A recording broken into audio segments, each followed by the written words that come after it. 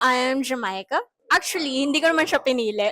But it was suggested by my agent. Actually, grateful na sa ACMI ako napunta because I can see na they provide some programs. They actually care to their students na because they provide, kunwari, we had mga site visits na dun matututunan talaga namin na yung mga lesson talaga namin na na-apply namin in the real world.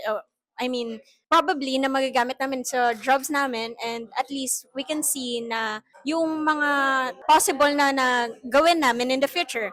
And also, we had some trips as well. Kunwari, for example, they provided us the Rottnest trip. We actually enjoyed because first time namin siyang napuntahan, which is great because as a student na limited ang financial, they provided some discounts for us. And also yung ACMI kasi they provided some programs na since Australia is very a multinational country, binibigyan nila ng importance yung every nationality na nag-enroll sa school nila. Actually, since may tita kasi ako na nagre-reside sa Perth talaga, so parang it's a stepping stone for me to start life in Perth.